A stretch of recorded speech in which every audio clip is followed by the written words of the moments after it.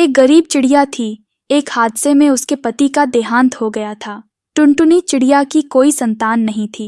गरीब होने के बावजूद भी अगर किसी पक्षी को उससे मदद चाहिए होती तो वो आराम से कर देती थी। एक रात बहुत तेज बारिश हो रही थी। तभी उसके दरवाजे पर किसी की दस्तक होती है। बहन, दरवाजा खोलो बहन, मुझे तुम्हारी जरूरत है। टुनटुनी चिड़िया दरवाजा खोलती है। अरे बहन, आप कौन हो और मेरे दरवाजे के पास क्या कर रही हो? बहन, ये तीनों मेरी बेटियां हैं और मुझे बहुत चोट आई है। मुझे तुम्हारी जरूरत है बहन, कृपया करके आज रात के लिए मुझे तुम्हारे घर में शरण दे दो। फिर टुनटुनी चिड़िया उन सभी को अपने घर के अंदर लेकर आती है। तुम्हें तो बहुत चोटें लगी है, तुम यहीं पर आराम करो, मैं तुम्हारे लिए एक लेप लेकर आती हूँ। इतना बोलकर टुनटुनी चिड़िया अपने घर की रसोई में जाती है और वहां पर लेप तैयार करती है। कुछ समय बाद वो घायल टूनी चिड़िया के पास आती है, उसे लेप लगाती है। बहन, तुम्हें इतनी चोट कैसे लगी है और तुम कहाँ से आई हो? बहन, मैं एक जादूगर की पत्नी हूँ। मेरी शादी उस जादूगर से हुई थी, लेकिन मैं एक साधारण पक्षी हूँ। मेरा पति मुझसे बेटा चाहता था, लेकिन मैंने ये 3-3 बेटियाँ दे दी। इसकी वजह से वो हमें मारना चाहता था। हम तो किसी तरह अपनी जान बचाकर भागे हैं। हे भगवान, ऐसा कौन सा बाप है जो अपनी ही बेटियों को मारना चाहता है? देखो तो, आपकी भी हालत उसने कितनी खराब कर दी है। वो तो बहुत क्रूर है। आप बहुत ही दयालु पक्षी हैं। आप मेरी बात ध्यान से सुनिए। अब मुझे नहीं लगता कि मैं और बच भी पाऊंगी। आप मेरी इन तीनों बेटियों को पाल लेना। अरे अरे, आप कैसी बातें कर रही हो? आप जल्दी ही स्वस्थ हो जाओगी। ये तीनों बच्चियां जादुई हैं। इनमें अलग अलग प्रकार की कला है। बच्चों, अब से ये तुम्हारी माँ है। अपना ख्याल रखना बच्चों, और इन्हें माँ कहकर पुकारना। ये कहते कहते उस चिड़िया की मौत हो जाती है। तीनों बच्चियां अपनी माँ से लिपटकर रोने लगती हैं। टुनटुनी चिड़िया ही अब उन तीनों का सहारा थी। टुनटुनी चिड़िया को भी अब बेटियां मिल गई थीं। अगले दिन जब टुनटुनी चिड़िया बाजार जा रही होती है, तभी रास्ते में टुनटुनी को उसकी पड़ोसी सुंदरी कौवी मिल जाती है और उससे पूछती हैं, अरे टुनटुनी चिड़िया, तेरे घर में वो तीनों बच्चियां कहाँ से आईं? वो तीनों बच्चियां किसकी हैं? वो बच्चियां मेरी बहन टूनी की है, लेकिन अब वो इस दुनिया में नहीं रही। अब इन तीनों को मैं ही पालूंगी। टुनटुनी, तू अपना गुजारा तो ढंग से कर नहीं पाती, इन बच्चियों को क्या खिलाएगी? बहन, मुझे पता है कि मैं गरीब हूँ, लेकिन इन 3 बेटियों को अच्छे से पाल लूंगी। मैं इनके लिए कड़ी मेहनत करूंगी।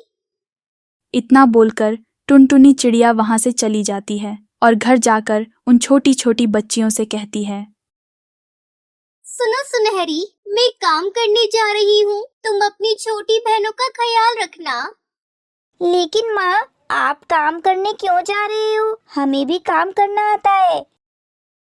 अरे मेरी प्यारी बिटिया, तू कहाँ जाएगी काम करने? मैं जा रही हूँ ना काम करने। मैं शाम तक वापस आ जाऊंगी। तुम लोग घर का ख्याल रखना।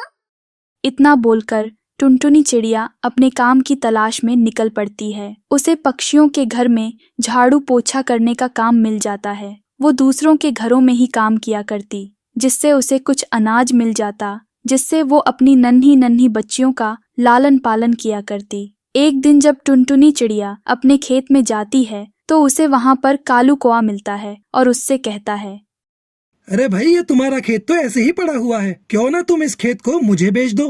कालू जी, आप ये क्या बोल रहे हो? ये मेरे पति की आखिरी निशानी है। मैं आपको ये खेत नहीं बेच सकती। एक बार अच्छे से सोच लो चिड़िया, तुम्हारे घर में 3-3 बेटियां हैं। जब वो सब बड़ी हो जाएंगी, तुम्हें उनकी शादी भी तो करनी होगी। मैं तुम्हें इस खेत की अच्छी रकम दूंगा, एक बार अच्छे से सोच लो। इतना बोलकर कालू कौवा वहां से चला जाता है। तभी टुनटुनी चिड़िया की तीनों जादुई बेटियां वहां पर प्रकट होती हैं और टुनटुनी से कहती है, माँ, वो कौवा अंकल आपसे क्या कह रहे थे? पहले मुझे ये बताओ, तुम यहाँ कैसे आ गई? मैंने तुम सबको घोंसले में रुकने को बोला था ना। माँ, वो घोंसले में मन नहीं लग रहा था, इसलिए हम तीनों यहाँ आपके पास आ गए। अब बताओ माँ, वो अंकल आपसे क्या बोल कर गए और उनकी वजह से आपकी आंखों में आंसू क्यों आ गए? अरे कुछ नहीं बेटा, वो तो बस यूं ही आ जाते हैं। बच्चों के बार बार पूछने पर टुनटुनी चिड़िया उन तीनों को उस खेत के बारे में बताती है। उन तीनों बहनों में से सबसे बड़ी बहन सुनहरी चिड़िया कहती है, माँ, आपने ये बात हमें पहले क्यों नहीं बताई? आपके पास इतना बड़ा खेत है, हम इस पर खेती करना चाहते हैं माँ। हाँ माँ, हमारी जादुई शक्तियाँ किस दिन काम आएंगी? हम भी खेती करना चाहते हैं, आप हमें इजाजत दे दो ना। मेरी प्यारी बिटिया, तुम बहुत छोटी हो और खेत बहुत बड़ा है। अरे तुम नन्ही नन्ही बच्चियां, भला तुम खेती कैसे कर पाओगी? और हाँ, अगर जंगल वालों को तुम्हारी शक्तियों के बारे में पता चला तो वो तुम्हारा नाजायज फायदा उठाएंगे। माँ, जंगल वालों को कुछ पता नहीं चलेगा, आप हम पर भरोसा रखो। हम तीनों इस पर जामुन की खेती करेंगे। जब जामुन निकल आए तो आप इन्हें बाजार में बेच देना, आपको अच्छे पैसे मिल जाएंगे। ठीक है माँ, अब तो हमें इजाजत दे दो ना। फिर टुनटुनी चिड़िया मान जाती है और खेत में काम करने की इजाजत दे देती है। जब आधी रात होती है तो तीनों बच्चियां खेत में जाती है। एक बच्ची अपने जादू से जामुन के बीज बोती है और दूसरी बच्ची अपने जादू से बारिश करवाती है और तीसरी चिड़िया उसमें अपने जादू से सूर्य का प्रकाश देती है। देखते ही देखते खेत में बहुत सारी जामुन की फसल उगा आती है। अगली सुबह जब टुनटुनी अपने खेत में जाती है तो लहराती हुई फसल को देखकर हैरान हो जाती है और अपनी बच्चियों से कहती है, अरे मेरे बच्चों, तुमने ये क्या किया? एक ही दिन में इतनी अच्छी फसल लगा दी। अगर जंगल वालों को पता चला तो उनको तुम पर शक होगा। अरे नहीं माँ, जंगल के किसी भी पक्षी को हम पर शक नहीं होगा। अभी देखना, सारी जामुन की फसल कटकर एक जगह हो जाएगी और फिर हम उन फसलों को बेच देंगे, जिससे हमें बहुत सारे रुपए मिलेंगे। माँ, आप फालतू में क्यों चिंता कर रही हो? फिर ठीक ऐसा ही हुआ। खेत की सारी फसल कटकर एक जगह इकट्ठा हो गई। फिर टुनटुनी चिड़िया अपने बच्चों के साथ मिलकर उन जामुन की फसलों को बेच देती है, जिससे उसे कुछ पैसे मिल जाते हैं। अब टुनटुनी अपनी जादुई बच्चियों के साथ खुशी खुशी रहने लगती।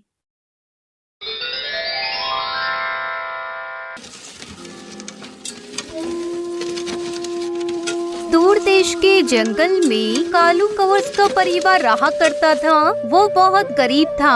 अपने छोटे से खेत में सब्जियों को लगाता था और उन्हें बाजार में बेचता था। पूरे परिवार का दिन गरीबी में कट रहे थे। एक दिन उसकी पत्नी टुनटुनी उससे कहती है, अजी ये क्या? अभी तक आपने खेत में कोई सब्जी लगाई ही नहीं। समय निकलता जा रहा है, समय से सब्जियां तैयार नहीं हुई तो क्या बेचोगे? घर कैसे चलेगा? क्या बताऊं टुनटुनी, मैं इतनी मेहनत करके सब्जियां उगाता हूँ, लेकिन मेरी सब्जियां बिल्कुल भी नहीं बिकती आजकल। पहले तो मैं अकेला ही सब्जी बेचा करता था, पर अब जहाँ देखो सब्जी ही सब्जी का ठेला लगाकर सब्जी बेच रहे हैं। क्या करूँ, कुछ समझ में नहीं आ रहा है। तब तक आप लोग कमेंट में बताएं 27 - 23 कितने होते हैं। देखो जी, इस तरह निराश रहोगे तो कुछ भी नहीं कर सकोगे। हमें अपने खेत में कुछ ऐसा उगाना होगा जिसमें आमदनी ज्यादा हो। मेरी मानो तो इस बार अपने खेत में जामुन की फसल लगा दो। मैंने सुना है इस बार जामुन की बाजार में सप्लाई कम होने वाली है। माँ बता रही थी भैया ने इस बार अपने खेत में जामुन की फसल उगाई है। भाग्यवान, अगर तुम कहती हो तो ये भी करके देख लेता हूँ। कालू कौवा टुनटुनी चिड़िया मिलकर अपने खेत में जामुन की फसल लगा देते हैं। कुछ दिनों बाद दोनों पति पत्नी खेत पर अपनी फसल को देखने जाते हैं।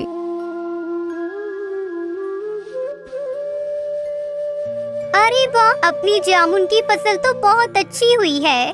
बस टुनटुनी, कुछ ही दिनों में जामुन की फसल मंडी में बेचने लायक हो जाएगी।